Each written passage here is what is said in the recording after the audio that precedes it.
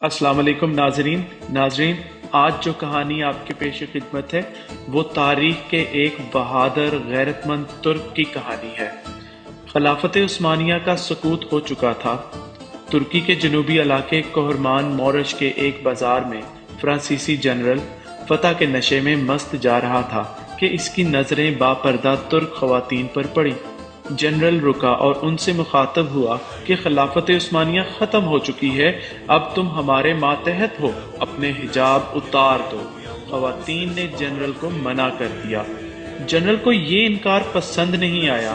اس نے اپنا ہاتھ ایک خاتون کے حجاب کی طرف بڑھایا کہ حجاب نوچ لے۔ بازار میں قریب ہی ایک دودھ فروش یہ منظر دیکھ رہا تھا۔ اس کا نام امام سوتجو تھا۔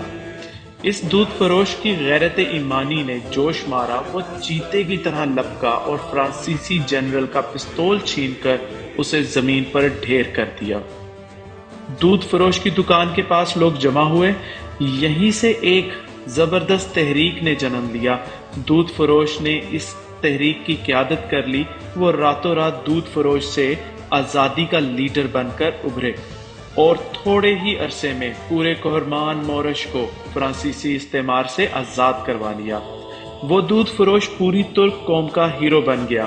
شاہراہوں پر اس کی بہادری کو خراج تحسین پیش کرتے ہوئے اس کے مجسمے نصب کیے گئے تھے۔